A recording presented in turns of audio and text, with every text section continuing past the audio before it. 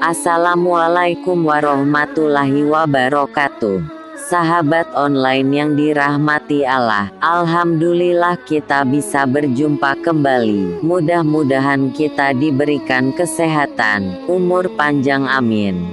Pada pertemuan kita kali ini mari kita ngaji bareng sejenak bersama Ustadz Adi Hidayat tentang setan penggoda orang dalam sholat. Buang semua urusan dunia, kemudian tambatkan diri kita hanya kepada Allah. Dan uniknya kata Nabi, di fase itulah setan mulai bertugas yang mengganggu kita, supaya kita tidak fokus untuk memahami dan melakukan apa yang kita baca dan kita gerakan.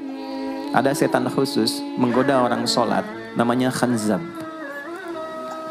Nanti ada 9 jenis setan yang detil tugasnya itu berada di sekitaran kita.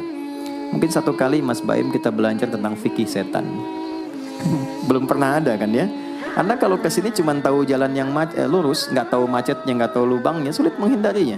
Kebanyakan orang belajar tentang malaikat tapi nggak belajar setannya, sehingga nggak tahu setan apa yang sedang memprovokasi dirinya. Di Quran, malaikat disebutkan 88 kali, setan disebutkan 88 kali. Kalau kita cuma dengar motivasinya, nggak tahu provokasinya, kita nggak tahu bagaimana cara menghindari yang ini. Itu poinnya. Khanzab itu dia menggoda orang sholat, dimulai dari takbir.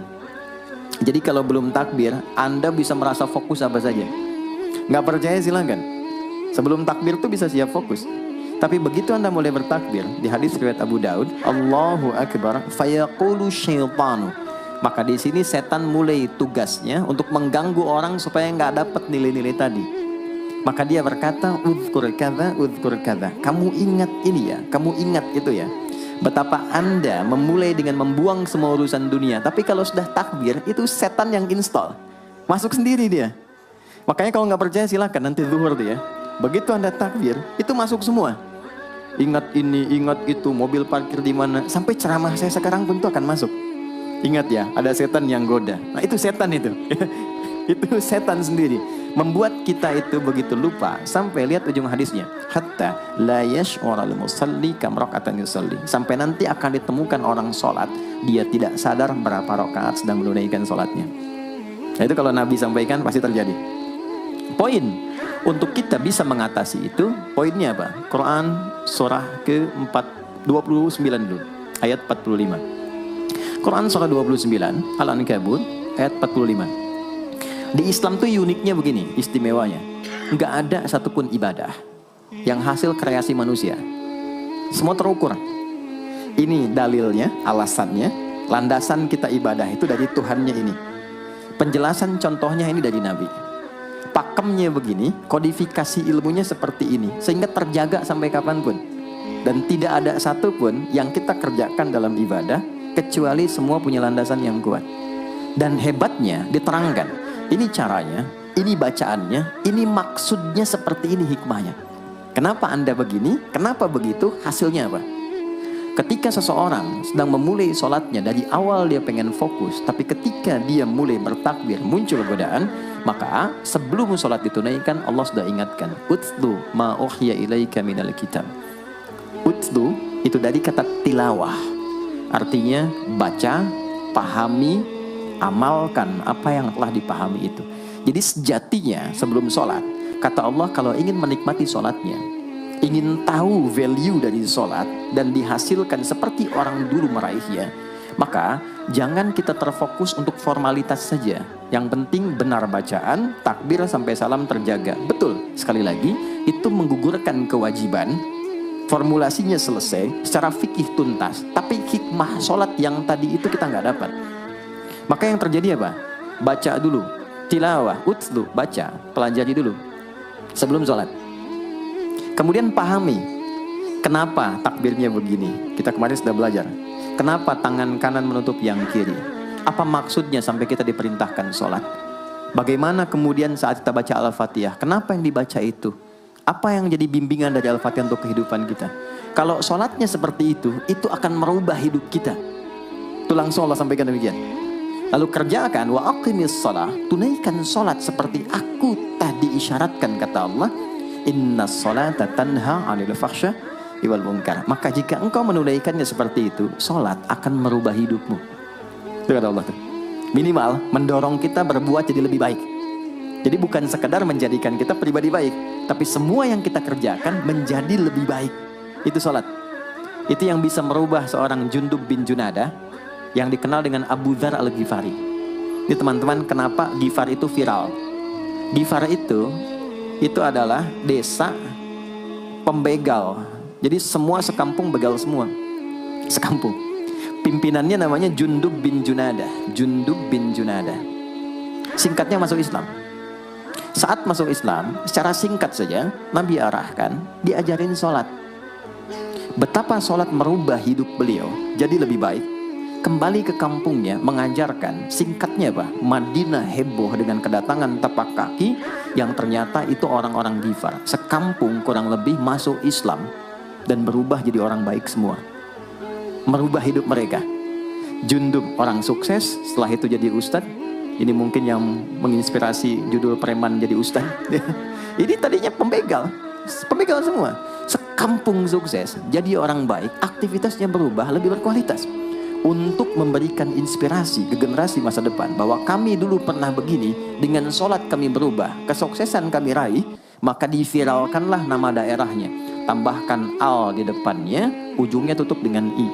Maka dilekatkan nama bekennya, kunyah namanya Abu Dzar. Abu Dzar al-Ghifari.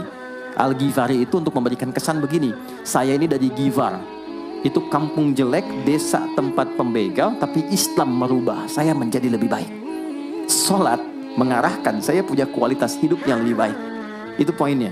Sejak peristiwa itu, orang-orang Islam dari manapun yang bukan Arab itu selalu melekatkan nama daerahnya untuk mengenalkan.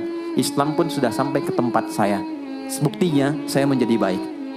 Ada namanya Muhammad, punya bapak namanya Ismail, punya kakek namanya Ibrahim, kakek buyutnya Al-Mughirah, eyang buyutnya Al-Bardizbah, tinggal di kecamatan Ju'fah, kabupatennya Bukhara, provinsinya Khorasan, negaranya Uzbekistan sekarang. Maka karena dari Bukhara, dia kenalkan diri, datang ke daerah Arab, saya dari Bukhara. Rumus yang sama, tambahkan al di depannya, ujungnya i.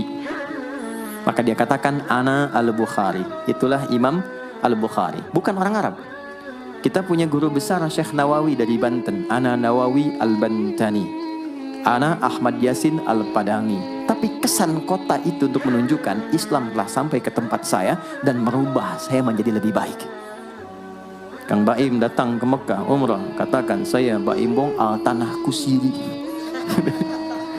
Maka kesan yang dibangun itu telah sampai ke tempat saya, merubah saya lebih baik. Saya Arman al-Pondok Indahi misalnya kan, tidak masalah. Itu sah. Dan orang mengenal, oh rupanya Islam telah ke setiap wilayah. Tapi value-nya sampai enggak. Jangan cuma kita katakan saya dari fulan, saya dari tempat A. Poinnya adalah, apa yang merubah engkau dari Islam menjadikan engkau lebih baik. Jadi kalau ada orang Islam mengaku Muslim, lisannya tidak lebih baik. Maaf sekali, telinganya mendengar tidak yang baik, perilakunya kurang baik, maka dipertanyakan klaim keislamannya. Sudah sejauh mana saya mendapatkan keberkahan dari Islam itu? Itu yang menjadikan kenapa sholat paling pokok dipaksa kita wajib, bukan karena sujud rukuknya. Anda tidak sujud pun tidak akan menurunkan status Allah sebagai Tuhan, tetap Tuhan. Tapi ternyata ada value besar yang dengan kasih Allah diminta kita sholat supaya kita minimal jadi orang baik dan sukses dalam hidup. Alhamdulillah, kita sudah menyimak ilmu dari Ustadz Adi Hidayat. Semoga apa yang disampaikan menjadi ilmu yang barokah dan bermanfaat untuk anak-anak dan keluarga. Kesimpulan dari kajian Ustadz Adi Hidayat hari ini adalah ada setan khusus penggoda dalam sholat bernama Khanzab. Kebanyakan manusia hanya belajar tentang malaikat, tidak belajar setannya. Kalau kita hanya belajar mendengar motivasinya, tidak belajar provokasinya, kita tidak akan tahu cara menghindarinya. Setan Khanzab menggoda dimulai dari takbir pertama. Ketika takbir setan masuk sendiri, sehingga membuat kita kadang lupa rokaat sholat. Jika ingin menikmati sholatnya, sebelum sholat, Pahami bacaannya, jangan jadikan sholat hanya formalitas saja, benar dari takbir sampai salam terjaga, tapi tidak mendapatkan hikmah dari sholatnya. Pahamilah jika sholat akan merubah hidupmu lebih baik. Itulah kesimpulan dari kajian Ustadz Adi Hidayat, semoga bermanfaat, amin. Wassalamualaikum warahmatullahi wabarakatuh.